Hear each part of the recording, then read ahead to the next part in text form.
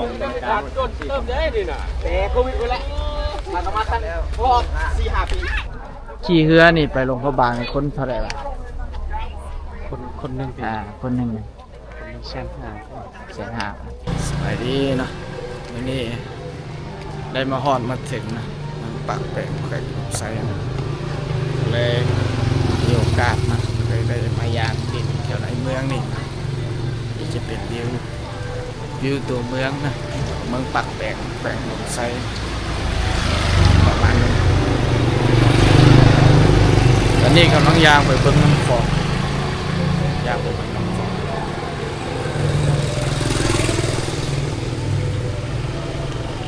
มานำทีมงานนะมานำกัน3-4 คน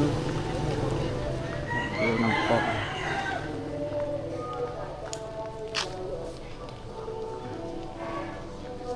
วิวตัวเมืองของเมืองปากแปลงนะ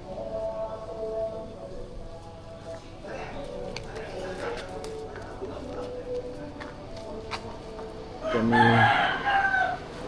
ที่ขายข้าวนอกขนมจะมีโรงแรมเงินพักเขตนี้จะเป็นเขตที่ว่าคนต่างประเทศหลาย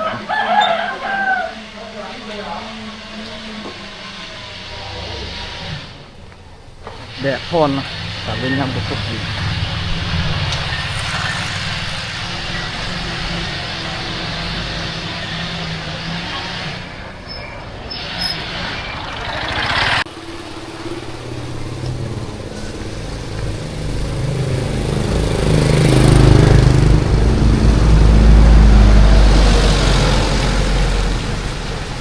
ตอนนี้กำลังลงไปเนาะแคมป์ของ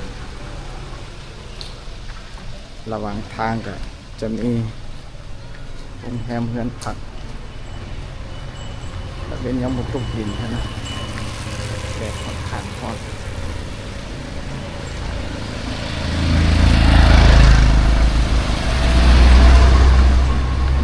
แดดร้อนจะมีโรงแรมเพื่อนพักนะให้บริการแขกต่างประเทศผู้คนแออัดเนาะจุดนี้จะเป็นจุดที่ว่าคนต่างประเทศอาศัยอยู่หลักว่าส่วนนี้เห็นคนต่างประเทศเลยนะเอาคือบ่เห็นคนต่างประเทศเลยว่ะตอนแรงไม่ได้เนาะที่ได้มานั่งเฝ้าคนต่างประเทศเบิ่งคนต่างประเทศจะมีโรงแรมเงินพักตอนพักแขกคนต่างประเทศอยู่กองหันมันพาเรือเนาะกอง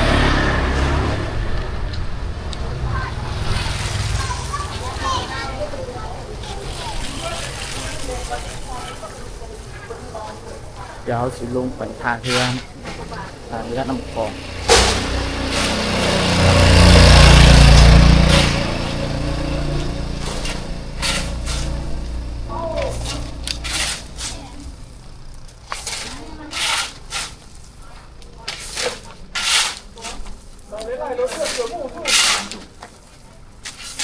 ที่เคยมากินข้าวอยู่น้ำของข้าวไปถ่ายรูปมาได้ยังจำเลยมากกันเลยข้าวไปถ่ายรูป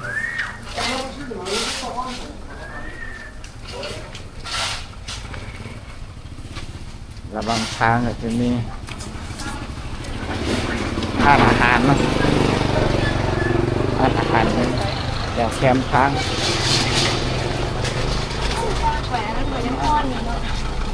ตะเวนชิตุกดินเนี่ยพอดีงาม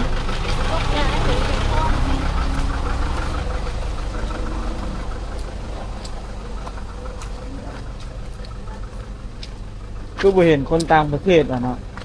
แต่ยังบ่มาเท่าไหร่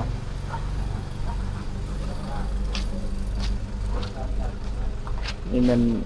ท่าเรือน้ำคลองเมืองปากแปลง